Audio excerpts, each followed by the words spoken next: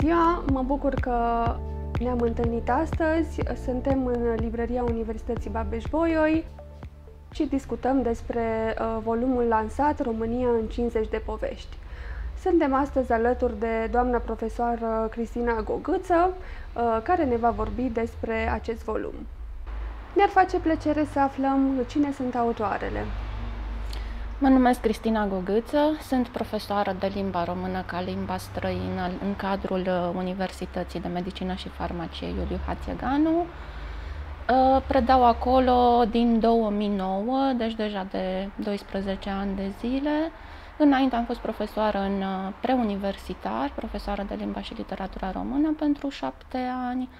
Și îmi place foarte mult ceea ce fac aici la UMF și să predau limba română ca limbă străină.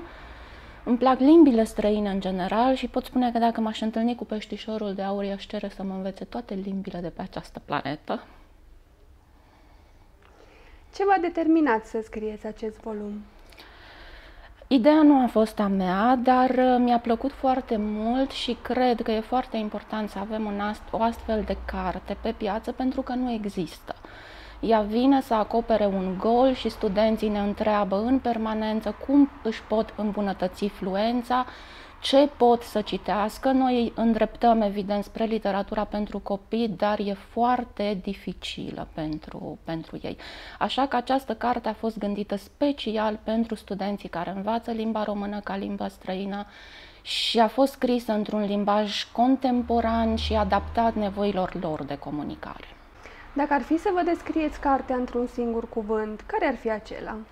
Caleidoscop, pentru că oferă foarte multe perspective, acoperă foarte multe registre, deci cred că este loc pentru fiecare să găsească un text care să-i placă, care să-i aducă bucurie.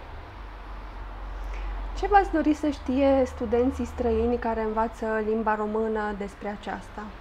Că e o limbă ușoară, înainte de toate, să nu se sperie, că este și bizară câteodată, ca o doamnă din aceea bătrână cu apucături ciudate, dar cred că asta există în fiecare limbă are bizareriile ei. Și cel mai important sfat, care cred că e valabil în învățarea oricărei limbi, să nu se sfiască să comunice în limba română de fiecare dată când au ocazia și să nu își pună problema că vor face greșeli. Este normal să greșești atunci când vorbești în orice limbă pe care o studiezi. Limbă străină. Ce mesaj aveți pentru cititorii dumneavoastră? Să deschidă cartea, să caute, dacă nu le place o poveste să treacă la alta, pentru că noi venim în sprijinul lor și am avut în minte atunci când am scris această carte și sper să le facă plăcere, să le aducă un pic de bucurie și să observe că limba română chiar este o limbă frumoasă și accesibilă. Și pot spune că această carte le oferă și mici bucăți de istorie, de cultură română, deci lucruri care le vor fi și utile, nu numai plăcut de citit. Mulțumesc! Mulțumesc și eu!